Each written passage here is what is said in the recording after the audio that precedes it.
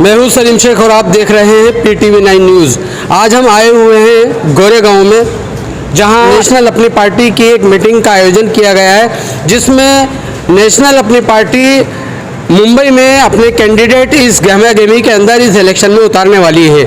हम मौजूद हैं, इस टाइम सभी यहाँ पर मौजूद हैं, कार्यकर्ता भी हैं, पदाधिकारी भी हैं, और जिन लोगों को नेशनल अपनी पार्टी की तरफ से अपॉइंट किया गया है, उनको लेटर दिए गए हैं, उनको जो नए कैंडिडेट के तौर पे लिया जा रहा है, वो भी यहाँ पर मौजूद हैं। हम बात करेंगे यहाँ पर आए हुए पदाधिकारियों से, और जिन लोगों को अपॉइंट किया गया है उनसे भी बात करेंगे। तो हम सबसे पहले हम बात करना चाहेंगे जो लोग यहाँ पर जिनको अपॉइंट किया गया है, जिनको लेटर दिए गए हैं और उनको कैंडिडेट के तौर पे खड़ा किया जाने वाला है। आपका नाम बताइए, आप कहाँ से खड़े होने वाले हैं वो बताइए। मेरा नाम हरिशंकर यादव है। सबसे पहले तो आपको न्यूज़ चैनल को नमस्कार। मेरा जो नेशनल अपनी पार्टी है, उस पार्टी ने कम से कम यहाँ पर मैंने देखा कि मुंबई महाराष्ट्र में एक बहुत बड़ा तूफान चल रहा है, उसके बीच उन्होंने 25 सीट पर चुनाव लड़ने का फैसला लिया है, और उनका कहना है कि हम 25 सीट पर लड़ाएंगे, और मैंने बिल्कुल लड़ रहा हूँ, और सब कैंडिडेट तैयार हैं लड़ने के लिए। मैं दिंडोसी विधानसभा से चुनाव लड़ रहा हूँ नेशनल अपनी पार्टी से। जो हमारे सहयोगी अमित सिंह जी हैं, केतन शाह जी हैं, साजिद भाई हैं, हमारे जो बाकी पदाधिकारी हैं, कमलकांत जी पारला से हैं। क्या मुद्दा लेकर आप अपनी नेशनल अपनी पार्टी की तरफ से चुनाव में उतरने वाले हैं? क्या आपकी थिंकिंग रहेगी? क्या आप करने वाले हैं? क्या आपका एजेंडा है? देखिए, मेरा एजेंडा शिक्षा पर, गरीबी पर, और लोगों को जो आज तक हक नहीं मिलता है, मेरी लड़ाई उसी पर रहेगी। मेरा दूसरा एजेंडा नहीं है फिलहाल, क्योंकि मेरी पार्टी अभी पहली बार महाराष्ट्र में लड़ रही है। हमारा एजेंडा ये, हम शिक्षा पर लड़ेंगे, गरीबी पर लड़ेंगे। लोगों का काम नहीं होता है, राशन कार्ड का काम नहीं होता है, गली का काम नहीं होता है। मैं गरीबों की लड़ाई लड़ने के लिए मेरी पार्टी तैयार है। हम उसके लिए बेधक लड़ेंगे और बिंदास लड़ेंगे, और बिल्कुल लड़ेंगे। हम लड़के इसलिए चुनाव लड़ रहे हैं कि मुझे लोग जाने मैं गरीबों की और मजदूर की लड़ाई लड़ने के हक के लिए मैं आया हूँ। धन्यवाद।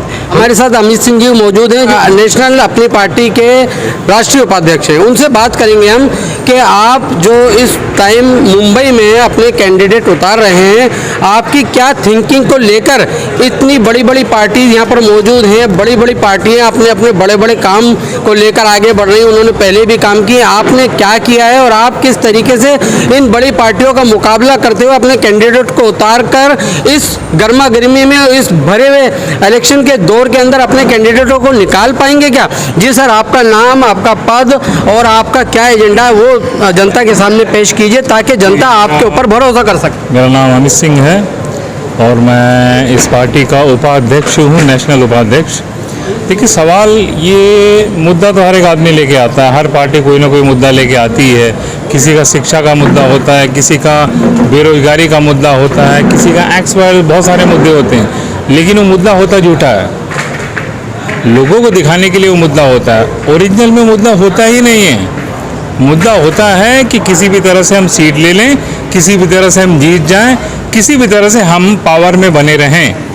सवाल ये है कि हम यहाँ पे आए हैं, हमको पावर नहीं चाहिए, हम लोगों से एक मौका मांगने आए हैं। आप सबको मौका आपने दे दिया। देखिए ना, गरीब आदमी है, एक गरीब आदमी अपने बच्चे का 500 रुपये का बुक नहीं खरीद सकता, उसका बैग नहीं खरीद सकता 200 रुपये का। फीस की तो आप बात ही छोड़ दीजिए। तो आर्टिकल्स कहाँ गया आपका?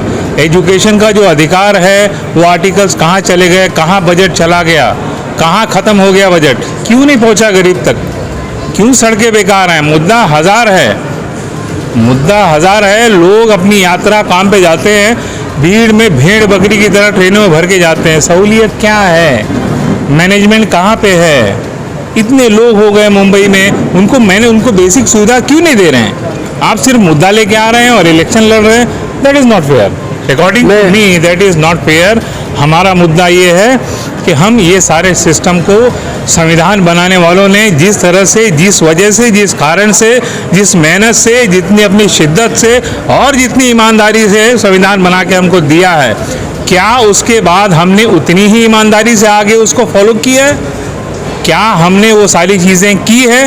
नहीं की है। संविधान को बार बार छेड़ा गया है। क्यों छेड़ा गया है? सिर्फ अपने फ़ायदे के लिए। अब मैं कहना नहीं चाहता हूँ कैसे छेड़ा गया, कौन सा आर्टिकल कब चेंज हुआ गया, कौन से शेड्यूल्स कब डाले गए, ये मैं इसके डिस्कशन का मुद्दा ये नहीं है। सवाल ये है कि हम एक ईमानदारी से आना चाहते हैं, हम कोशिश करना चाहते हैं कि शायद जो अब तक इन लोगों ने नहीं कहा, अब तक इन लोगों ने नहीं किया, शायद कहीं हम वो कर पाएँ, शायद। किस तरह से जनता को, मुंबई की जनता को इतने बड़े लेवल पे आप इस इलेक्शन में उतरने वाले हैं और पार्टी भी आपकी यहाँ के लिए नई है, भले से आपकी पार्टी बहुत पुरानी है लेकिन यहाँ के लिए नई है, जनता आपको जानते नहीं, आपको जनता को आप किस तरह से भरोसा दिलाएंगे कि हम कुछ कर पाएंगे उनके लिए। ऐसे तो हमेशा सभी लोग आते हैं और सभी लोग करते हैं और सभी लोग कहते हैं और आते हैं और जाते हैं और खड़े हो जाते हैं और सत्ता में भी रहते हैं, लेकिन काम नहीं होता है। आप किस तरह से जनता को भरोसा दिला के जनता का भरोसा जीतेंगे? सबसे पहला सवाल तो आप ही ने अभी कहा कि इस तरह से सब आते हैं, तो ये बात तो जनता जानती ही है ना। ये बात जनता जानती है कि वो जिसको वोट देने जा रहे हैं वो उसके लिए कुछ करने वाला नहीं है। हाँ, जनता की एक ईमानदारी है, जनता का एक देश के संविधान पे भरोसा है जो इस इलेक्शन पर्व को जनता ही सिर्फ ईमानदारी से उसको निभाती है, आपको वोट देने जाती है। इट्स अ डिफरेंट मैटर वो किसको देती है, कांग्रेस को देती है, बीजेपी को देती है, हमको देती है, that is not concern. But ईमानदार सिर्फ जनता है। जनता अपनी ईमानदारी से वोट देती तो है। हम लोग जब वोट लेने के बाद, सीट पे बैठ जाने के बाद, पावर आ जाने के बाद, क्या हम वो ईमानदारी जनता से दिखाते हैं? नहीं दिखाते, हम भूल जाते हैं, क्योंकि हमारा काम खत्म हो चुका होता है ना। हम जीत चुके होते हैं, कुर्सी हमारे पास होती है, हम उस पर बैठे होते हैं, हमको पता है फिर 5 साल बाद उठने हैं हमको उससे।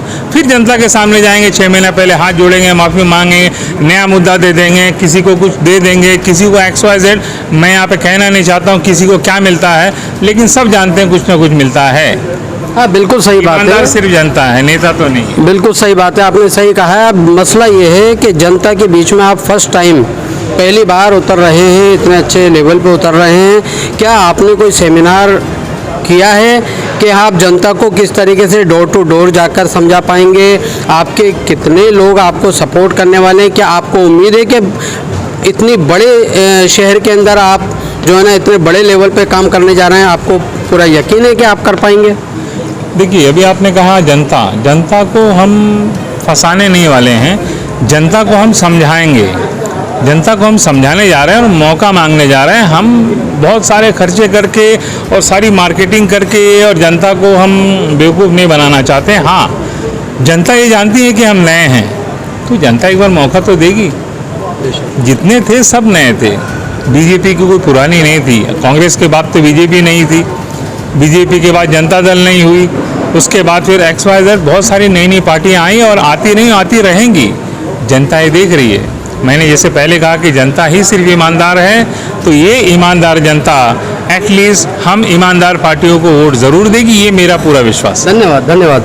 हमारे साथ नेशनल अपनी पार्टी के केतन जोशी जी हैं, उनका कद जानते हैं हम कि क्या उनका कद है इस पार्टी के अंदर और क्या वो करने वाले हैं अपनी मुंबई के लिए। केतन जोशी जी, आपका पद बताएंगे कि आपका पद आपकी पार्टी के अंदर क्या है, आपका कद क्या है और आप क्या करने वाले हैं जनता के लिए? हमारे पार्टी के माननीय उपाध्यक्ष श्री भगत सिंह जी बिष्ट, मैं केतन जोशी, मेरा जो पोस्ट है कर्मचारी संघ नेशनल प्रेसिडेंट हूँ और प्लस इंचार्ज कंज्यूमर सेल्स का मैं इंचार्ज हूँ, नेशनल इंचार्ज। हम महाराष्ट्र में, तेलंगाना वगैरह में सब जगह पहले इलेक्शन लड़ चुके हैं। आज की तारीख में हम बम्बई में इलेक्शन लड़ने के एक प्रयास कर रहे हैं कि बम्बई एक महानगर है। आज हर एक पार्टी आती है, हर एक को मौका मिलता है। जैसा कि आप अभी बोल रहे थे कि आप नए हैं, तो कोई पार्टी पुरानी नहीं है, कोई ना कोई नई जो पार्टी आती है, पहले किसी का भी जनाधार नहीं रहता है। आज तो पहले कांग्रेस था तो कांग्रेस भी नहीं थी, आप भी नहीं थी। आज आपकी स्थिति क्या है? आप भी आगे बढ़ी गए। ऐसा हम भी पब्लिक से मौका मांगे। आज की तारीख में जो मुद्दा है कि जहाँ की भी देखो कि ज्ञातवाद है, जातवाद है, धर्मवाद है, जो चल रहा है, एकता का है, लेकिन जो पब्लिक की जनरल जो समस्या है बम्बई में, वो कोई सुनने वाला नहीं है। आज जो दिखावा चल रहा है मीडिया में कि जो XYZ, तो हमारा मकसद ये है कि भाई आज जो पब्लिक की असली समस्या है जैसे बेरोजगारी है, कुपोषण है, अशिक्षित है, उसके लिए आज की तारीख में आप देखेंगे भाई गवर्नमेंट के जो अगर पगार बढ़ता है तो गवर्नमेंट के सब लोग का पगार बढ़ता है, लेकिन जो मीडियम क्लासेस है, मीडियम क्लासेस में जैसे कि सामान्य वर्ग में शॉप में काम करने वाले, उसके लिए कौन लड़ेगा? उसको कभी भी निकाल सकते हैं। आज जो अशिक्षित है और जो असंगठित लोग हैं उसके लिए कौन लड़ेगा? गरीब लोग के लिए भी गवर्नमेंट सलाह देती है, अमीर लोगों को भी लोन दे के लोन मिल के उसका समझ, लेकिन जो मीडियम क्लासेस है कि हम लोग ये चाहते हैं कि जैसे मीडियम क्लासेस के पीछे भी खड़ा रहना चाहिए, क्योंकि मीडियम क्लासेस ही पिसती है आज की तारीख में। जैसे क्या एग्जांपल है क्या, यहाँ मेट्रो का ये बुलेट ट्रेन आ रही है कि, लेकिन आज की स्थिति में बम्बई में ये हाल है कि आप जहाँ भी लोकल में जाएंगे, लोकल में कि पब्लिक इतना लोकल बढ़ाने की ज़रूरत है। महाराष्ट्र बम्बई में आज बुलेट ट्रेन में कितनी पब्लिक जाएगी? आज आप देखो कि गवर्नमेंट की पॉलिसी ये है कि आज ऐसी पैसी, लेकिन जिसके सामने जनरल डब्बा कम है। आज हर एक के पास तो करोड़पति नहीं है। आज गवर्नमेंट को ये ज़रूरी है, रेलवे मंत्रालय को, कि तुम जनरल बोगी बढ़ाओ। आज पैसे वालों के लिए जो बढ़ा रहे तो वो नहीं होना चाहिए। तो हमारा ये है कि एजेंडा कि हम सबके लिए लड़ेंगे, एक हमारी कोशिश है। आज हम महाराष्ट्र में भी आ रहे हैं, पब्लिक को समझाएंगे कि भाई कैसे कैसे हम स्टेप बाय स्टेप आगे बढ़ेंगे। अभी हम लोग नहीं है, सब पार्टी नहीं रहती है, तो हमारा एजेंडा कोई ऐसा नहीं सामान्य एजेंडा है, पब्लिक के लिए हमको काम करना है, पब्लिक मौका दे सकती है सर। हमें पूरी उम्मीद है कि आप अपनी नेशनल अपनी पार्टी की तरफ से पब्लिक का भरोसा जीतेंगे और पब्लिक को जो चीज़ें जो सुविधाएं चाहिए वो कोशिश करेंगे अपनी पार्टी की जानिब से आने का आकर कि उनकी पब्लिक की जो ज़रूरतें हैं वो पूरी हो सके, जो उनके मुद्दे हैं वो उठाए जा सके, सरकार चाहे कोई सी भी हो सरकार तक उस बात को पहुँचाया जा सके। धन्यवाद। तो ये है केतन जोशी जी। हमारी बात सभी पदाधिकारियों से हुई है और पदाधिकारियों ने और जो कैंडिडेट के तौर पर खड़े किए गए उन्होंने भी बात की हमसे और उन्होंने पूरा भरोसा जनता को दिलाने की पूरी कोशिश हमारे माध्यम से की है, हमारे चैनल के माध्यम से की है कि जनता को जो सुविधाएं मिलनी चाहिए, जो सरकारें आ रही हैं जा रही हैं, वो सुविधाएँ जनता के पास में नहीं है, वो सुविधाएँ जनता को मिलनी चाहिए। जो उनके मुद्दे हैं वो मुद्दे सरकार तक पहुँचने चाहिए। तो हमें ये देखना है आने वाले कुछ समय में इलेक्शन आने वाला है, इलेक्शन की गहमा-गहमी चालू हो गई है और इलेक्शन के अंदर ये पार्टी जो नेशनल अपनी पार्टी है ये पूरे जोर और शोर से अपने कदमों को आगे बढ़ाती हुई नजर आ रही है। हमें देखना ये है कि ये कहाँ तक जनता के भरोसे को जीत पाएंगे, जनता की ज़रूरतों को और जनता के मुद्दों को सरकार तक पहुँचा पाएंगे। मैं हूँ सलीम शेख, PTV 9 न्यूज़ के लिए गोरेगांव से। धन्यवाद।